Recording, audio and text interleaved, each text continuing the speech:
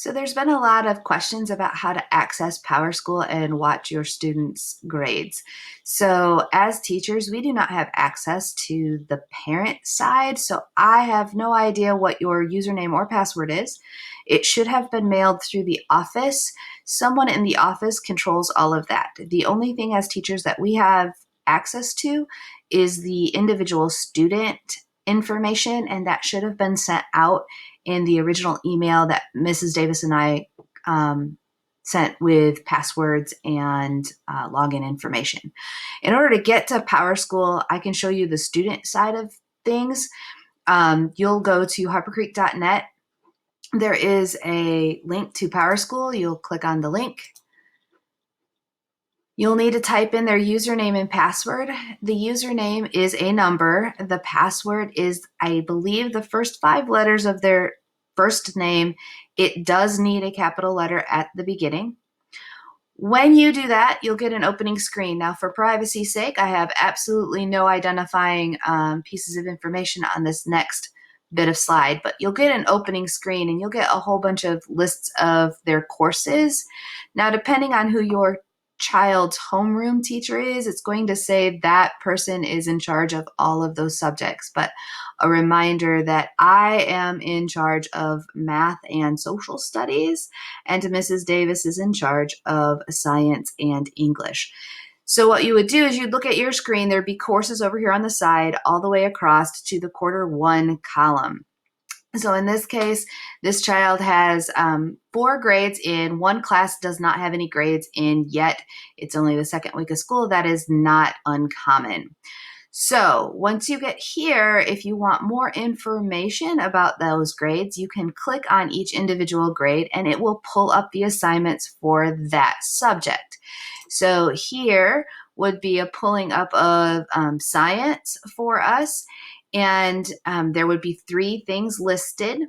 One thing I want to point out is as teachers, we're giving you lots of information inside PowerSchool.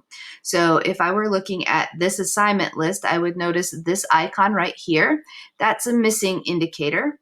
What that tells you as a parent is the teacher has graded everyone's assignment and your child's assignment isn't there. It's missing. If you see these 2 little dash lines, like over here, that means that we have typed in the assignment, but we haven't completed grading all of them yet. So your child is not being penalized in any way, shape, or form for missing assignments yet because we're not completely finished. If you do see a missing indicator, that means that your child needs to go back and finish that particular assignment. So it's important that they go back into their Google Classroom, find the assignment that's listed, and make sure that they have completed all of the directions and then turn it in. As parents, you need to know that students can click the button to turn in an assignment without really doing the assignment. Nothing in Google keeps them from doing that. So sometimes as teachers, we're getting assignments turned in from students that are completely blank. If that's the case, again, we're learning from our mistakes. You're going to go back in, you're going to open up the assignment, finish it, turn it back into us, and that grade will change. One other thing to note about PowerSchool is that if a student has turned in something and it might be incomplete, we can give you that indicator as well. So here is an incomplete indicator. That means that this child has thought that they completed the assignment and turned it in. It is not completely done. So their score reflects that it is not completely done, but you'll also notice this little speech button right here. That means as a teacher, we have tried to explain to you, the parent, why this grade is as low as it is. In order to see this comment, you have to click on the view button here and it will bring up a pop-up screen that will give you an information about why that particular assignment was graded the way that it is.